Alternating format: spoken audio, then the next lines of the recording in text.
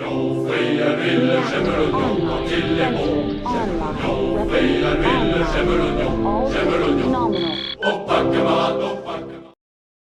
and welcome to today's Battletech review. Today we're going to be looking at the Arctic Fox, and I'm sorry I do not have a Kell Hounds intro ready here. I'm just going to use the Wolf Dragoon one for, mercenaries general, let's say.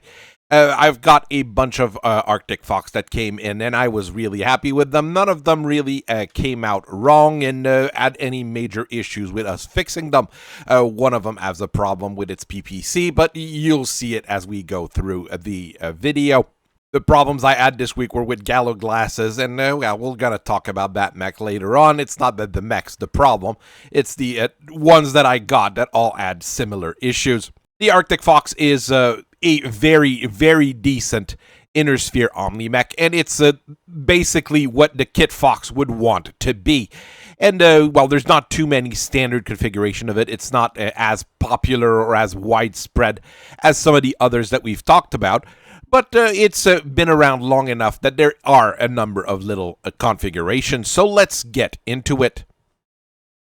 You're going to ask yourself, well, why do you keep repeating yourself, Prof? But it's because every video might be someone else's first video, so I do have to say these things every single time. There are a lot of copies of Inner Sphere OmniMechs out there. The basic idea when the Omni technology was found by the good people at Lucian Armor Work was to take the clan mechs and try to reproduce them. It wasn't quite as effective as they would have wanted, but generally it worked fairly well when they move the things around. The Blackhawk KU is pretty self-explanatory, taking the Blackhawk but making it a 60-ton frontline fighter. It loses some of its advantages like the battle computer or the kind of low profile the regular Nova has, but it is 10 tons bigger, so it has more armor and more internals, which make it a little bit better in some situations. It really is up to whoever buys it. The Avatar takes a bit of a hint from the Mad Dog, the Hellbringer, a little bit of the Timberwolf. It tries to mash everything together into a very self-sufficient heavy mech, and it's one of the better one out there as well. Same with the Sunder, that goes the way of the Summoner, Gargoyle, and other Manwalkers, and it is also quite decent as far as a OmniMech goes. Lucian Armor Work were the ones making all those fine machines, and they were selling licenses to all sorts of people in order to maximize their profits, and to kind of let other people arm themselves against the clans, which they didn't like very much. The only other group that really jumped on the particular Omniboat category, at least at the start, was the good people at Ark Royal Mechworks, which were in service of the Kell Hounds mercenary, well, let's say in name only, regiments. The Kell Hounds are quite weird. I mean, they've been mainly working for the Lyrans forever. They had a little contract here and there with other people like Rasselhagen, etc., but never really worked for anybody else. So are they really mercenaries or just people who take money from the Lyrans and are a line regiment but say they're mercenaries to have a little bit more freedom? It's a little bit odd there. What they did have was a bunch of recovered Kit Fox / Uller from the Battle of Lucian, which they did participate in, and, well, their general work around the Lyran frontier in the north, finding the good people of the clans. So they had a whole lot of different things, just like Lucian did, but they didn't have quite what it took to make OmniMechs quickly. The Kell Hounds were able to figure out a little bit how it worked and how they were able to set it up on the machines that they were able to salvage, but actually getting new OmniMechs off the ground, well, they couldn't quite do that. They didn't have the advantage the Lucian Armor Works people had with a bunch of pristine machine gone from the Battle of Wolcott and the sheer amount of salvage that the Draconis Combine had been able to gather over the years. Luckily for them, though, the good people of Clan Wolf had decided to have a bit of a odd civil war. Not quite. It's a whole weird thing here with the war of refusal and how they decided to split things. And Khan fell on sleep on Dad's couch. Kell Ward, he probably has a couple other last names nowadays, basically got expelled from the clan with a bunch of his friends from Clan Wolf and decided to go to Dad's place to eat his food, drink his whiskey, and sleep on his couch. In order to pay for that, the Wolves in Exile did share a bunch of their technical knowledge and military expertise to the people at Ark Royal Mechworks and the Kell Hounds, which allowed Ark Royal Mechworks to actually improve their facility and finally get access to OmniTech. The clan engineers finished the work on the Arctic Fox for the Kell Hounds and they made it functional, but Grand Duke Morgan Kell had different orders for it compared to what was originally in the specs from what the clans had decided to put in it. Morgan Kell is quite an individual. That's a very young picture of him when he was still spry. I mean, he was spry for even the later days of his life. He's an odd individual, quite a character. If you read and see some of the TV shows and such, he's usually made to be a little bit more incredible than he really was, but he was still an amazing commander and an amazing human being in the end. What he wanted was for the Arctic Fox to use only Innersphere grade technology so the Hounds could easily keep it running and that they could use all their salvage clan tech on their better mechs, like, you know, those Timberwolves that they had salvaged as well. Another thing is that they could get a whole lot of people to buy the Arctic Fox, because if you can't fix a machine, you probably won't be buying it. So they made the Arctic Fox bog standard. It's easy enough to pilot, easy enough to use, easy enough to repair, that you could use it in all sorts of things, from training units to very fancy combat units.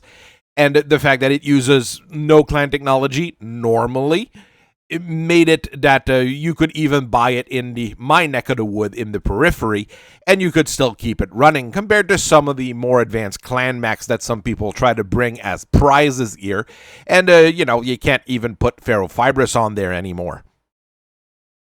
In the end, the Arctic Fox wasn't fancy. It did, however, allow the Kit Fox to have a machine that they could sell in massive amounts for a very good profit, because you not only sell the OmniMech, but you also sell all the pod systems that goes with it to a bunch of various customers. It also gave them a variable and polyvalent light platform that could be used against whatever Clan Jade Falcon threw at them, and Clan Jade Falcon liked throwing stuff at the Kell Hounds. Up until the point where the Falcons actually took Ark Royal in 3146, and they basically closed down, or not closed down, Ark Royal Mechworks. They were using it to build their own things for a while, but then the Kell Hounds got the planet back, and they started ramping the production of the Arctic Fox back up because, well, it is a good source of revenue. In raw numbers, the Kit Fox is probably better than the Arctic Fox in many ways, but there is one category where the Arctic Fox wins just about every single time, and that's raw armor. You get 6 tons of standard plates on this thing, which is not a whole lot for a mech its size, but still. And you got an endosteel chassis to save on some weight. The Kit Fox has less armor, both in tonnage and even with ferrofibrous. So the Arctic Fox wins in that category, and that's an important category in the long run. The engine is a GM 180 XL, giving you a top speed of 98 kilometers per hour or so. And you're a little bit more fragile than those hullers out there, because losing a side torso is a death sentence. But in a light mech, losing a side torso is a death sentence anyways. So is it really that bad? You get 10 built-in double heat sinks, which is a decent amount of cooling for a mech its size, and you still have 14 tons of pod space, which gives you a whole lot of flexibility for a light mech. And here it is, the Arctic Fox with a problem with its PPC. We tried fixing it. We'll have to remove the pod once again whenever this particular Arctic Fox shoots that particular pod in that particular location. The PPC basically splits apart. I haven't been able to fix it, and I think we're going to have to take that PPC and put it on the other shoulder instead. Well, this is your primary configuration Arctic Fox. It's a decent brawler and infighter, and I would say it compares very well to things like the Panther and the Wolfhound. Your main weapon is an ER PPC mounted in that left torso. We'll try to set it on the right torso for this one, and it gives you very good firepower and very good range, but it will run you quite hot. Each shoulder also mounts a 4-tube of SRMs fed by a single ton of rounds, so you are a little bit limited into what you can do. You can't bring all sorts of fancy missiles for it, but, you know, it should be enough for what you want to do. Finally, each forearm has a full actuator setup so you can actually pick things up, move them around, and punch people. And you have a medium laser for a decent short-range punch. Those can easily be swapped with ER medium lasers on more modern models, and I mean, it would just be a prime plus at that point. Alpha configuration is meant to be a hunter-killer, and that's mostly because the inner sphere pulse lasers are quite limited. The big change on this one is actually that you set up a full set of jump jets in the back of that thing, and it allows the Arctic Fox to jump 180 meters in the air in the best circumstances. This is quite nice, actually, and it really shows that what you can do with pod equipment, and people just don't think that you can set up jump jets as easily as you can. When things get up close, you get 4 medium pulse lasers to try to cut up your target. They're inner sphere ones, so the range is a spitting distance. But still, they work okay, and you should be able to get in that range on a mech this quick. Against things that are even closer, you get 3 small pulse lasers, 1 in the head and 2 in the torsos, letting you take out infantry really, really quickly, and other mechs as well. If you're really in that range where they get effective, you're going to have a whole lot of firepower to bring forward. As Clan Wolf in Exile was sleeping on Dad's couch, well, they needed machines in order to fight the Jade Falcons and whoever that they showed up and tried to fight them with various trials. So what they needed to do, well, was raid Dad's storage locker in order to get weapons from it. The base idea for the Charlie Alpha or the Clan Alpha is pretty simple. It's just your Alpha configuration Arctic Fox, but you replace everything with Clan gear. 4 Clan medium pulse lasers, 3 small pulse lasers that are of the Clan variety. It's a whole lot more punch and a whole lot more range than the original one. And even though it goes opposite of what Morgan Kell wanted the design to be, well, when the Wolves in Exile needed machines, they didn't really have a choice. They just took what they could. Bravo configuration takes advantage of ballistic weapons on a fairly limited chassis, so you are having to face with not having as many guns as some of the other setups. Your main gun is an LB-10X, which is pretty darn good, and it's generally a Midron XL because, well, that's the one that everybody builds and everybody buys. It has 2 tons of reload, so you can carry slugs and clusters, which is perfectly reasonable. In the right torso, you have a backup medium laser or ER medium lasers for when your ammo run out or if you get close enough to fire it. It's not entirely bad. It can be used as an anti-air platform as well. It just, like most light mechs in the inner sphere, if it packs a ballistic weapon, it's going to be a little limited. Charlie configuration is a bit of a weird setup, but it's set up as a switch hitter, which is a thing that you don't have a whole lot of mechs built to be. Basically, you have a very long-range weapon and a very short-range weapon as a backup, but with about the same amount of firepower, allowing you to basically always be in the fight depending on the situation. You have an ERPPC on one side, forcing you to take out the actuators because OmniMechs can't put PPCs and actuators in the same arm, while your right arm mounts a large pulse laser, which would allow you to keep the actuator. So basically, you ump things at long range with the ERPPC, and once you get close by, you switch over to your far more accurate large pulse laser, and you get about the same amount of firepower. You can shoot boat and overtax your EAT system as well, but, you know, you do you. You're the pilot of that thing. I'm not. Delta configuration is meant to be a fast bombardment unit, but it's a little bit limited due to the fact that missile launchers in the inner sphere are quite large. Each arm will pack a medium 10 rack of LRMs on there and an Artemis 4 guidance, giving you a little bit more clustering accuracy. Thanks to that setup, though, you can still have arm actuators and actuators, so you can punch people if they get close by, because you've got minimum range on those launchers. Of course, if you have Clan Tech available or you've got the launchers available, you can easily stick Clan 20s on there, and it will work just fine because it's about the same size.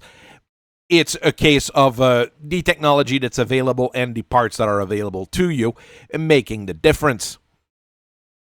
The better version of this came out in 3072 with the Foxtrot configuration. The arm now mount a 7-tube slash-rack of multi-missile launcher fed by a ton of reload in each side torso. You get far more punch at short range with very nice SRMs, and you lose a little bit at long range since you lose 3 tubes of launchers there. But it still works fairly well. It doesn't have that Artemis guidance either, so you lose on that a little bit as well, but I don't think it's as big of a loss as you would think.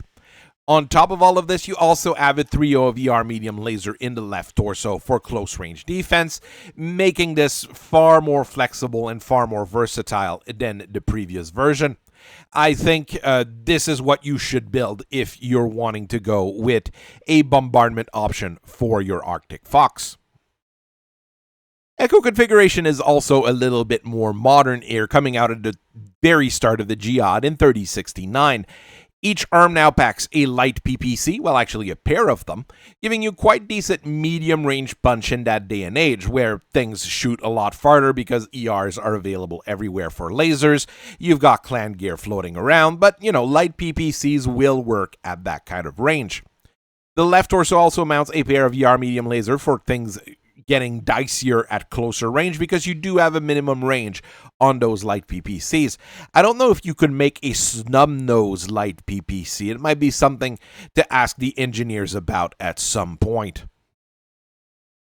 Next up would be the unusual environment configuration uniform, but this one can easily be converted to a jumping Juliet as well. There's nothing too fancy on there, and you just have to move things around a little bit. It's meant for underwater combat, at least the original one, and you mount a set of 5 UMUs to get you a top speed of 54 kilometers per hour underwater, which is pretty good for a mech. The pilot is protected with a Mechwarrior aquatic survival system in the head, which basically means that if your body is breached or anything like that, your head is protected and is as a special seal around the cockpit to make sure the pilot, well, has a higher chance of survival. I'm not going to say is going to survive, because if you're 20 miles underwater and nobody's there to save you, you're probably still going to die, and it might actually be worse to be stuck in a cockpit for a couple hours hoping for someone to rescue you before you die of unfortunate circumstances afterwards. Fighting underwater is a terrible thing to do. For weapon, you are limited to a light PPC on one arm and a 10 rack of Artemis 4 guided torpedoes in the other. Really, if you turn this into a jumping Juliet configuration, you've got a 10 rack of LRM, a light PPC, and a ton for that Mechwarrior aquatic system to be replaced with something else, likely an ER medium laser mounted under the nose. Very decent in both situations here. It's not the worst UMU user out there. It's not the best jumper out there as well, but I think it does the job. Now, with the Falcons having taken over Ark Royal Mechworks, they were using the factories to build spare parts and kits for their own Kit Fox. When the Kell Hounds recovered the facilities, they were happy to find that they had huge stockpiles of the good endo steel, along with a stock of Starfire 180 XL that they were using in Kit Foxes. That led us to see the brand new AF2 Arctic Fox 2, using the same body, the same chassis, but made of the good endo steel, and with better survivability because of the Starfire 180 XL being used rather than the original GM.